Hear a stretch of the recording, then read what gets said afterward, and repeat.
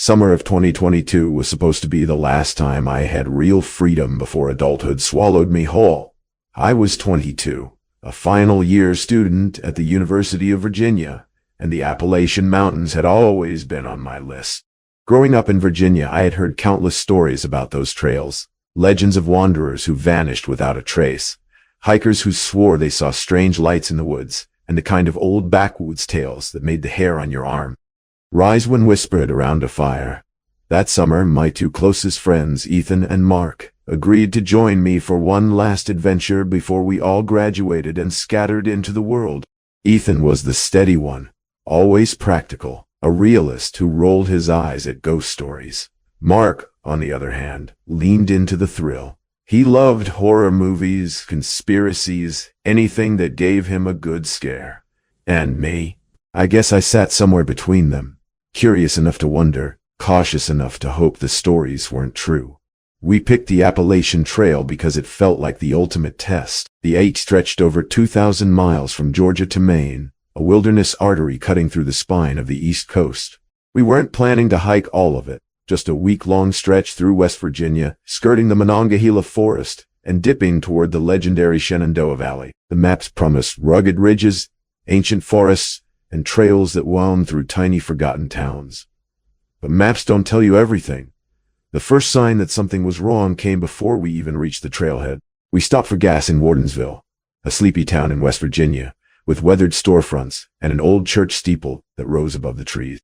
As I walked back from the restroom toward the car, an old man leaned against the ice machine outside the station.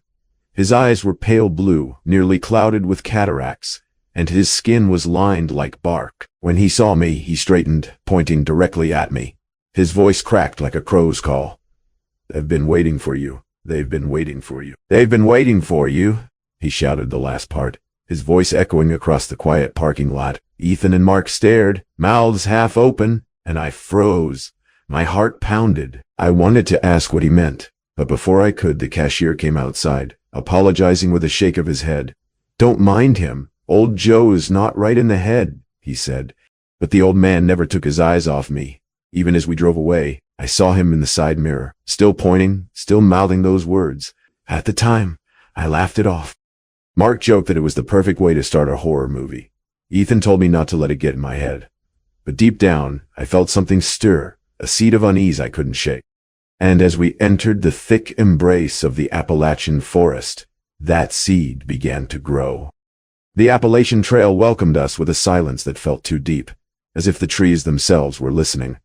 The entrance near Lost River State Park wasn't crowded. Just a faded sign, a narrow dirt path disappearing into endless green. The air smelled of pine and wet earth, thick and heavy after a morning rain. We strapped on our packs and stepped into the woods. Every sound seemed amplified. The crunch of boots on damp leaves, the buzz of cicadas, the distant caw of a crow. At first, it was exhilarating. The canopy above stretched so high it felt like we were walking through a cathedral carved by nature. Shafts of sunlight pierced through leaves, dappling the forest floor. Ethan led, reading from the trail map. Mark lagged behind, taking photos with his phone, joking about catching Bigfoot. I stayed in the middle, glancing back occasionally, half expecting to see the old man from Wardensville following us. The first few miles were uneventful. We crossed small creeks, hopped over mossy logs, and stopped to rest near a clearing where wildflowers bloomed. But there was a heaviness to the woods I couldn't ignore. I had hiked before, never this deep into Appalachia, but something about this forest felt off. The trees seemed older, thicker, leaning closer as if whispering secrets. By dusk, we found a flat area near the trail to set up camp. The fire crackled, casting flickering shadows across our tent. We cooked ramen in a battered pot, the smell of broth mixing with wood smoke. For a while it felt normal. We laughed, shared stories, and teased Mark for jumping at the sound of an owl. But when night swallowed the forest, the atmosphere shifted, the fire burned low, and the sounds of the woods grew sharper, branches snapping, leaves rustling, the low distant cry of something I couldn't place. We crawled into the tent, zipped it shut, and tried to sleep. Sometime after midnight, I woke with an urgent need to piss. Groaning, I unzipped the tent and stepped into the cold air. The fire had burned out, leaving only faint embers glowing red. The forest loomed black and endless around me. I walked a few steps from the tent, the ground damp beneath my boots. The silence was so complete I could hear my own heartbeat. As I relieved myself, I kept glancing over my shoulder, half expecting glowing eyes in the dark. When I finished, I turned back toward the tent. For a split second I froze. I could swear the tent was farther away than it should have been, like the forest had shifted, stretched. I blinked, rubbed my eyes, and suddenly it was back where I left it. Just a few feet ahead. Shaking it off, I climbed back inside. Ethan and Mark were asleep, breathing slow and steady. I lay awake for a while, staring at the nylon ceiling, listening. Somewhere in the distance, I thought I heard a bell. A single hollow toll carried through the trees.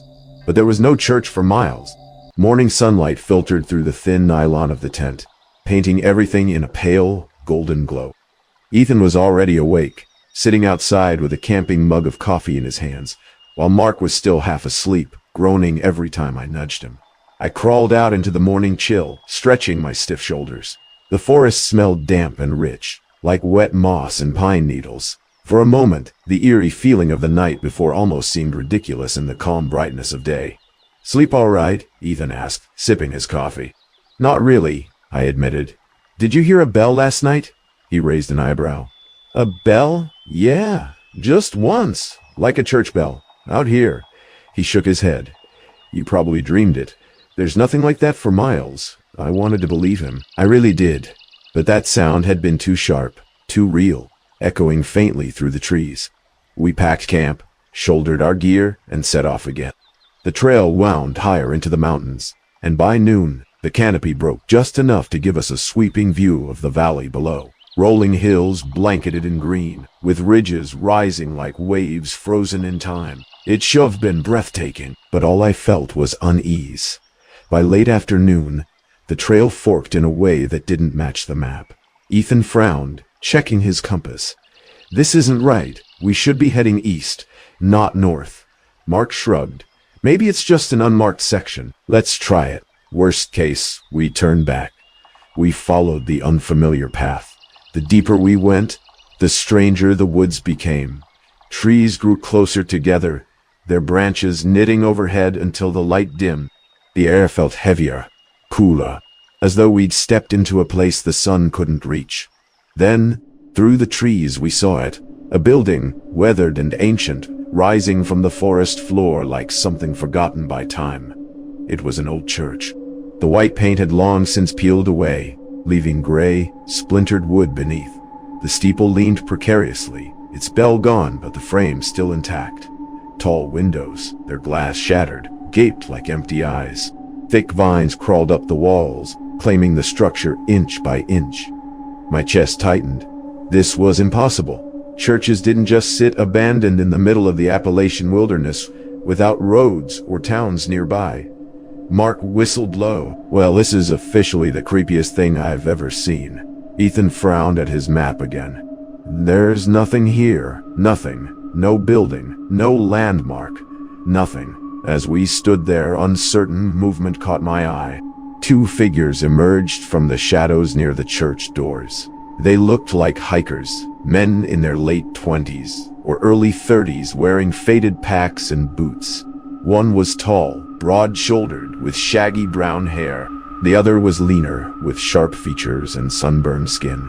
They waved at us casually, as though it was perfectly normal to bump into strangers in the middle of nowhere. "Hey," the taller one called. "Didn't think anyone else was on this stretch." I exchanged quick glances before walking over. My instincts screamed caution, but curiosity pushed me forward. "I'm Randy," I said. "This is Ethan, and that's Mark." The taller man grinned. "Andy," he jerked a thumb at his companion. "This is Jason." And before I knew it, Mark was already chatting about where we were headed. "Come inside," Andy said. "We were about to take a break. There's still some shelter left if you want to rest." Something about the way he said it unsettled me, but Mark was already moving toward the doors. Ethan hesitated but followed, and I, against my better judgment, stepped inside. The church interior was a husk of its former self. Wooden pews were scattered and broken, dust thick on every surface. The air smelled of rot and mildew, with an undercurrent of something metallic like rust or blood. Sunlight slanted through the broken windows, painting long skeletal shadows across the floor. I walked slowly down the aisle. The altar at the far end was cracked, its cross toppled and leaning. Cobwebs hung like lace from the rafters. "This is wild," Mark whispered, snapping photos. Jason leaned against a pew, watching us. "Most people don't find this place," he said. "Why's that?" I asked. He smiled faintly. "Because it doesn't want to be found." A chill ran down my spine. I glanced at Ethan, who was frowning hard now, gripping his map as if it could anchor him to reality. We wandered through the church, exploring side rooms that looked more like crypts than offices. In one, we found old hymnals crumbling to dust, their covers gnawed by rodents. In another, we discovered a staircase leading down into darkness. Mark wanted to go down. Ethan refused. I stood torn between them, staring at the yawning black below. Something about the church felt alive, like the walls were breathing, watching, waiting. Finally, we left the staircase behind, returning to the main hall. Andy and Jason sat casually in the pews, whispering to each other in low voices that stopped as soon as we got close. The sun dipped lower outside, and a bell tolled faintly in the distance. I froze. "Did you hear that?" I whispered. Ethan shook his head. Mark smirked. "Yeah, creepy old church bell fits the vibe." But when I turned to Andy and Jason, their faces were blank, almost as if they hadn't heard anything at all. Or worse, like they had, but didn't need to comment because they already knew. That night, we camped just beyond the church. I lay awake in my sleeping bag, staring at the ceiling of the tent. My friend's breathing was steady beside me, but I couldn't relax. The sound of the bell still echoed in my head, faint but insistent. And in the distance, past the trees, I swore I saw a faint light flickering in the church windows, like candles, like someone, or something, was still inside. The morning after our night near the church was unusually cold for June. A heavy fog clung to the trees, muffling every sound. Even our footsteps seemed to vanish into the mist. We packed up quickly and decided to head back to the main trail. At least, that was the plan. Ethan took the lead, checking the map every few minutes, his jaw set with determination. Mark followed behind, humming quietly, far too relaxed for the situation. I brought up the rear, glancing over my shoulder every few steps, half expecting to see someone, or something, following. The forest was silent, oppressively so. No bird calls, no rustle of squirrels, just the crunch of our boots. After 2 hours of hiking, Ethan stopped dead in his tracks. "No way," he whispered. I stepped up beside him and felt my stomach drop. Through the fog looming ahead was the church. The same leaning steeple, the same broken windows, the same vines curling up its wooden sides. Mark laughed nervously. "We must have circled back by mistake. Let's just head the other way." So we turned, walked in the opposite direction for hours. The sun climbed higher, burning off some of the fog, but never enough to show us the sky. By late afternoon, our legs ached, our water was running low, and all of us were on edge. And then, through the thinning mist, the church appeared again, closer this time. I felt dizzy. "This isn't possible." Ethan kicked at the dirt, furious. "The map doesn't even make sense anymore. The compass is useless. How the hell are we back here again?" Andy and Jason were waiting at the church steps. They hadn't hiked with us. We hadn't seen them leave. Yet there they were, calm as ever, as if they'd been expecting us all along. Jason smiled faintly. "Told you, it doesn't want to let you go." Something in his words made my stomach twist. The days blurred after that. We kept trying to leave. Different directions, different times of day, following the map, ignoring the map. It didn't matter. Every path led us back to the church. The sun never felt right either. Sometimes it seemed to rise too fast, sometimes set too slow. Once I swore it hovered in the same position for hours, a pale, stubborn disk that refused to move. And each day, Ethan grew angrier, Mark grew quieter. And I started to lose track of what was real. On the third day, we stumbled across a stream we hadn't seen before. We filled our bottles gratefully, but when I knelt to drink, I caught sight of my reflection. Except it wasn't quite me. The face staring back was gaunter, paler, with eyes just a little too dark, a little too hollow. I jerked back, spilling water onto the rocks. When I glanced again, it was just my face. By the 5th day, Ethan stopped speaking much at all. He walked ahead of us, shoulders tense, muttering under his breath like he was reciting something only he could hear. Mark, meanwhile, seemed oddly cheerful. Too cheerful. He laughed at nothing, cracked jokes that didn't make sense, and once told me he felt lighter, like the woods were taking care of him. At night, I'd wake to find him staring at the church through the trees, his eyes wide and glassy. I tried to talk to him, to remind him this wasn't normal, that we needed to fight it, but he just smiled and said, "You'll see. It's easier if you stop resisting." On the 7th day, everything came apart. We'd tried once more to leave at dawn. My legs felt like lead, my throat raw from thirst. The forest pressed in on every side, darker and thicker than before. And then, just like always, the trees opened, and the church stood waiting. Only this time, the doors were open. Inside, candlelight flickered. Andy and Jason stood in the doorway, smiling as if welcoming us home. Ethan dropped his pack and walked toward them without hesitation. Mark followed, humming that same tune he'd been humming since the 2nd day. I wanted to scream at them to stop, but the words caught in my throat. My body felt heavy, like something was pulling me forward too. And the last thing I remember before the world went black was the sound of my own heartbeat, thundering in my ears as I stumbled toward the open doors. When I woke, I wasn't in the church. I was lying on damp ground, my head pounding, my body weak. Voices murmured nearby, urgent but distant. I forced my eyes open and saw people in uniforms, flashlights cutting through the trees. Search and rescue. A woman knelt beside me, shining a light into my eyes. "We've got him. He's alive," I croaked out a word, though I wasn't sure what it was. My throat burned like I hadn't spoken in years. "You've been missing for 7 days, she said gently. "Can you tell me your name?" "Or Randy," I rasped. Her expression softened with relief. "You're safe now, Randy. We're going to get you out of here." But as they helped me to my feet, a horrible thought cut through the fog in my brain. "Where are Ethan and Mark?" I whispered. The rescuers exchanged uneasy glances. "You were alone when we found you." "No," I insisted, my voice breaking. "They were with me. And Andy and Jason. We were at the church." The rescuer's brow furrowed. "What church?" I froze. "There's no church anywhere near," he continued. "We've searched this area for years. If there was one, we'd know." My knees buckled and they caught me before I collapsed. Later, in the hospital, I learned the truth.